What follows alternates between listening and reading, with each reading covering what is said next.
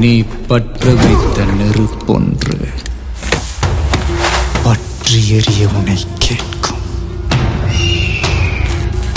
நீ விதைத்த வினையெல்லாம் உன்னை அறுக்க காத்திருக்கும். What is the secret sauce behind Atlee's mega success as director? Since he started his career a decade ago with Raja Rani, the 36-year-old has had back-to-back super hits with Vijay, with films such as Teri, Mersal and Bigil. Cumulatively, his films have earned over 600 crores, and although he has only made films in Tamil, the combined YouTube views of their dubbed versions stand at over 500 million, which means Atlee needs no introduction. There could be many reasons behind his 100% hit record. It could be his larger-than-life imagery, converting simple scenes into an epic. It could even be his ability to marry his directorial style with the persona of his superstars. It may also be his skill at picking a story template so timeless that his focus can then be directed at finding the newest, coolest way to say the same old thing. It is most likely a combination of all of the above, along with his skill to write the massiest dialogues. बाप से बात कर. His dialogue from Jawan is a hit before release, just as how Atlee's speech at the audio launch, where he talks about the photo he clicked in front of SRK's house, has created an army of fans for a director who came up from nothing. But what if I were to tell you there's one more skill that separates Atlee from his contemporaries? While other directors of his generation employ cameos, twist endings, or their own cinematic universes to revitalize a formula, Atlee chose to work extra hard to write the best flashbacks of recent Indian cinema. Here's how he does it. But what's so great about Atlee's flashbacks, given how they have always been a part of our films? The difference is in the way Atlee uses them. While many directors use flashbacks merely as excuses to justify the otherwise unjustifiable actions of the hero, Atlee instead looks at flashbacks as a movie in itself. It's a skill he borrows from his guru Shankar, a master of flashbacks in his own right. In films like Onion, the writing in the flashback is so good that it not only explains the trauma that changes its hero, but it also creates a larger, intangible villain that is beyond any one person or group. The villain here is a corrupt mindset. Like his guru, a reason why Atlee's flashbacks have an afterlife of their own is because they are, at the core of it, tragedies. Teri, which allocates the most amount of time to flashback portions among Atlee's films, does this in the most unexpected fashion. The flashback ends with a terrific interval block in the rain, but it haunts the second half too. When we see Joseph Kuruvilla for the first time, he's taking his daughter Nivi to school. Atlee goes to great lengths to show us that this single father and bakery owner keeps his head down. But of course, this is all too good to be true, Atlee reminds us, by blasting G.V. Prakash's score in the background. Vijay Kumar?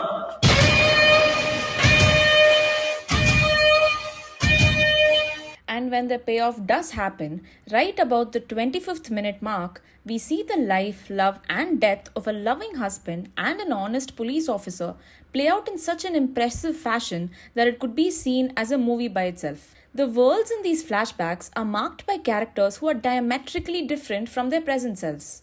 Vijay Kumar is nothing like Joseph. The first time we see him, he's bursting with character. He prefers to tuck in his iron shirts and doesn't step out without his ribbons, in contrast to the laid-back Joseph who resorts to flannels and unkempt hair. When Motta Rajendra says Vijay Kumar 5 வருஷத்துக்கு முன்னாடியே செத்து போயிட்டாரு, he doesn't just refer to an end of a phase in a character's life and the end of his marriage to Samantha's Mitra, but also the end of a film inside a film.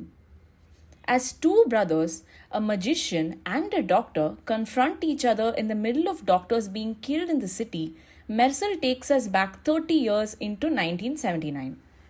Warm tones replace the wreaths of Vetri's House of Mirrors as we see the life of village protector Vetrimaaran and his wife Aishwarya.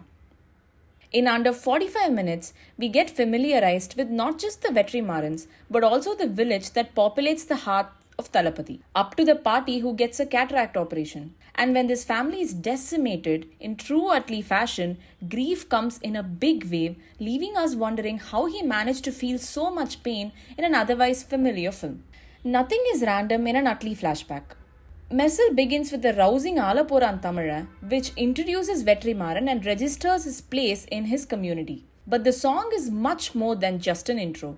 It begins with his wife going into labor in the Kusti grounds of Punjab, with older women standing in for midwives. We look at this sweet moment as yet another notch in Vetrimaaran and Aishwarya's simple village lives. But we realize its impact when Aishwarya goes into labor a few scenes later for her second child. Unlike her first birth, she delivers in a hospital she owns, but she ends up losing her life. The irony here is profound and intentional. Atlee doubles down on this tragedy by showing us a 2-minute scene of Vetrimaaran telling his son how he met his wife, blissfully unaware of what's happening in the other room.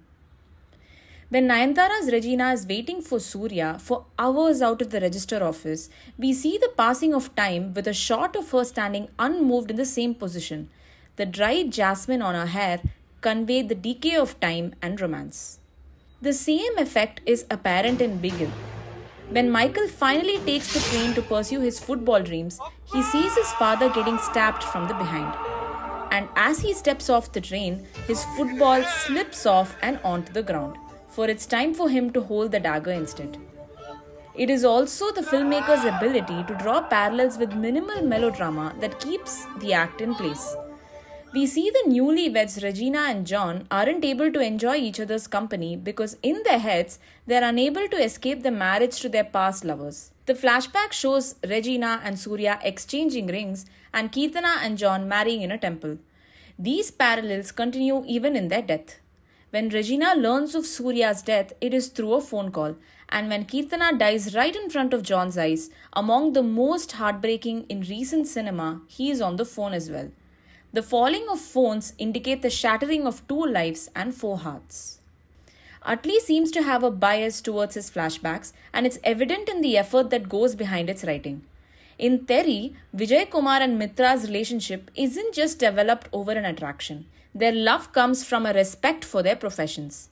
Atlee also throws in a tiny detail to further convince us of their overnight bonding.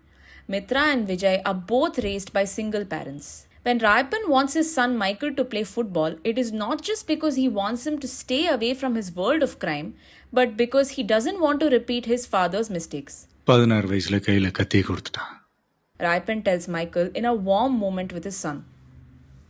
Apart from putting aside the most stylish action moments in the film for its flashback, Atlee also reserves the most chilling villains for this part. These scenes tell us the origins of the most snarkiest villains.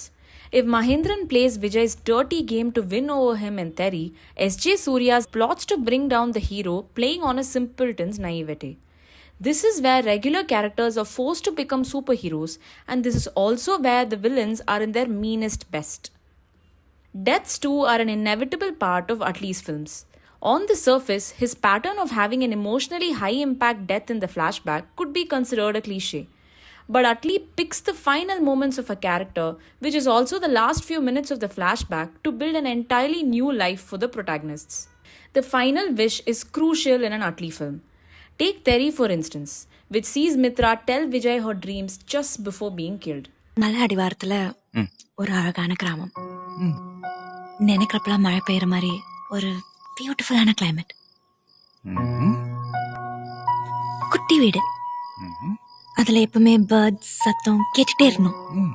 Fast forward to the present, Vijay and their daughter lead the exact same life, settled in a rainy town in Kerala.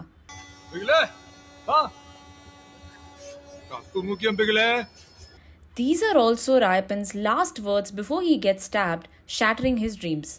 Likewise, both Nazariya and Satyaraj deliver an emotional dialogue at different points in Raja Rani that reiterates the film's tagline. நம்ம கூட இருக்கிறவங்க நம்மளை விட்டு போயிட்டாங்கன்னா நம்மளும் போகணும்னு அவசியம் இல்லை. என்னைக்காவது ஒரு நாள் நம்ம ஆசைப்பட்ட மாதிரி நம்ம லைஃப் மாறும். கண்டிப்பா மாறும் Rajina. This line gets a beautiful meaning in its climax that unites Nayanthara and Arya. If the trailer of Jawan is anything to go by, Atlee is back at it to tell a dramatic story of a man with a troubled past. Shah Rukh carries various looks in the film, but the main ones seem to be that of an army officer, Vikram Rathod, and a ravenous bald SRK who scares off passengers in the metro. But what we do know is that we can expect a raging flashback or two in Jawan. If we had to place our bets, potential spoilers alert, we'd say that Deepika Padukone, who's seen taking down SRK in a wrestling match in the rain, might suffer a fate that one too many stars have in Atlee's films. But it always hits hard in an Atlee film, even if we've seen it coming. Well, that is the Atlee magic.